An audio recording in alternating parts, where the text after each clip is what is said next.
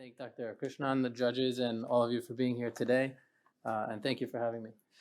Uh, so I'm going to share a case today that's probably a little bit less common to most of you, vascular surgeons and cardiologists. I'm an interventional radiology fellow, and this is a case that came to us in our level 1 trauma center. So we received advance notification of an incoming level 1 trauma, which I think across the board is the highest acuity universally. And this was for a 16-year-old previously healthy female who was found minimally responsive after an unwitnessed fall from an ATV. She was airlifted to our hospital where she was deemed to be hemodynamically stable. Fast exam was negative, and CT revealed multiple bony and soft tissue injuries. Of particular interest today, I want you to look at these select images from the trauma scan and just see if you notice anything abnormal. So first, notice the renal arteries, which show abrupt cutoff of enhancement bilaterally on the arterial phase.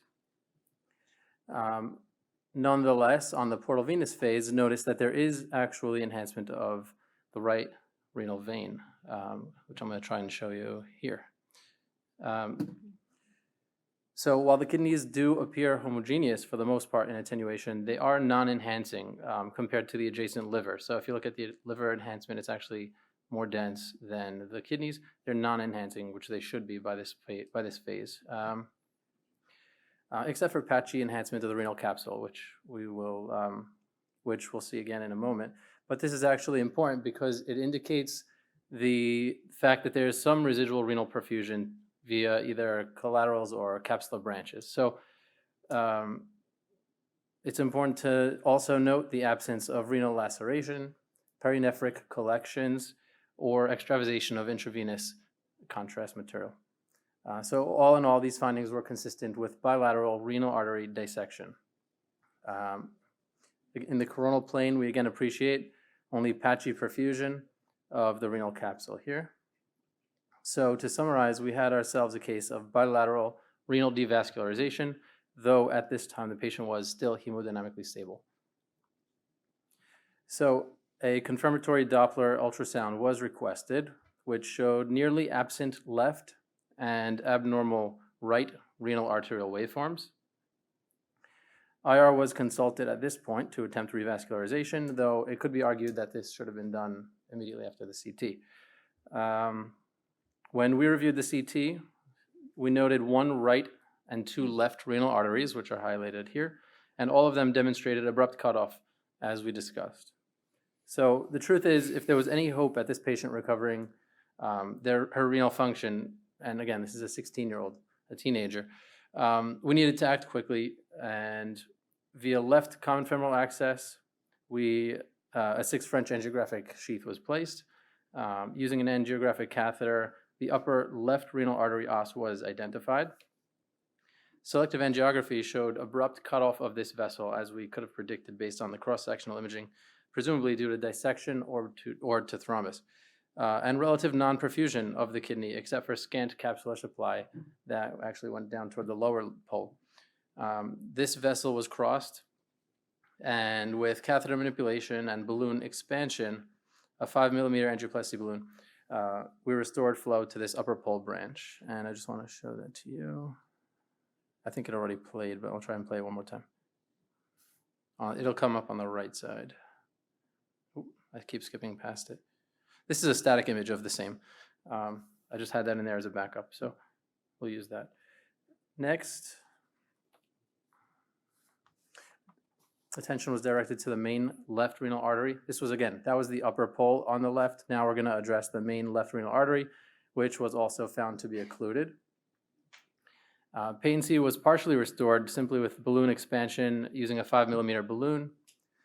We then deployed a 6 by 16mm balloon-mounted covered stent in the true lumen, restoring patency to most of the left kidney.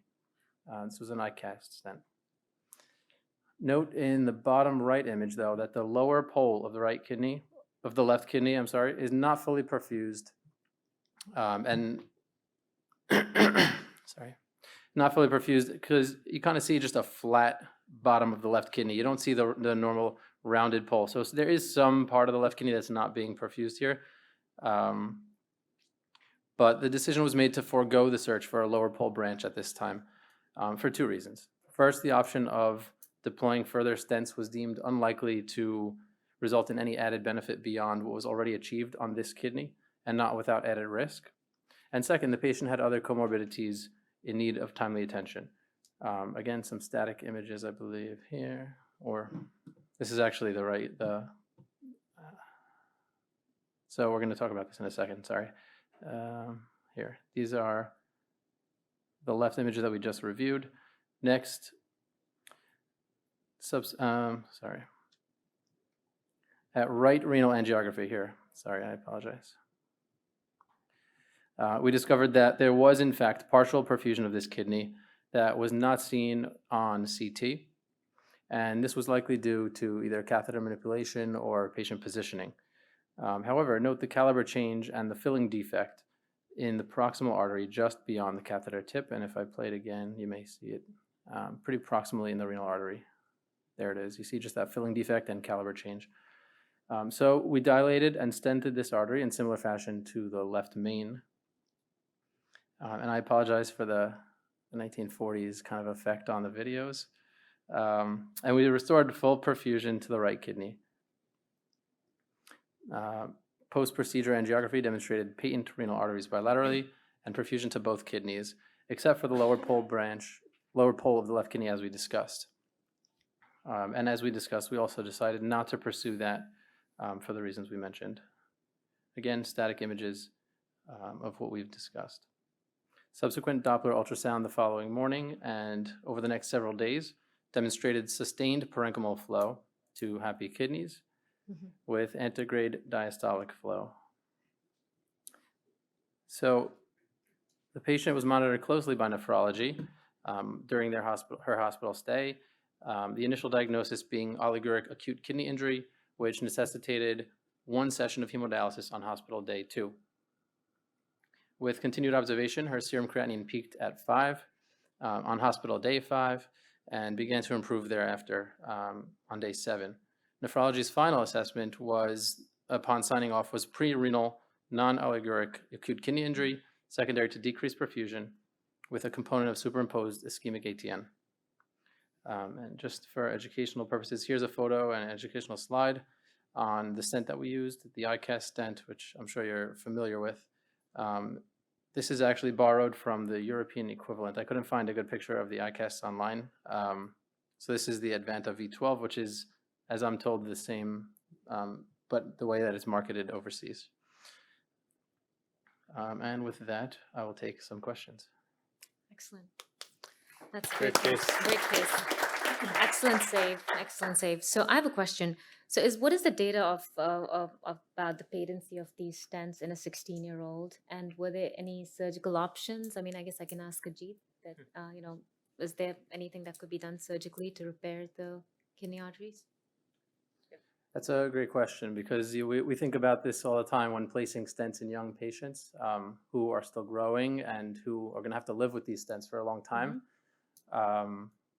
We made the decision at the time that, we didn't want to compromise her renal function and potentially give her a life of dialysis dependence or eventually needing a transplant.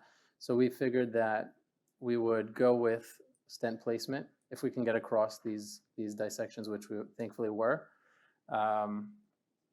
And we said we'll deal with any potential hurdles of placing stents in a young patient as they surface. As they rise, okay. Fair. Technically, I have 2 questions. So, how did you know your wire was in the true lumen?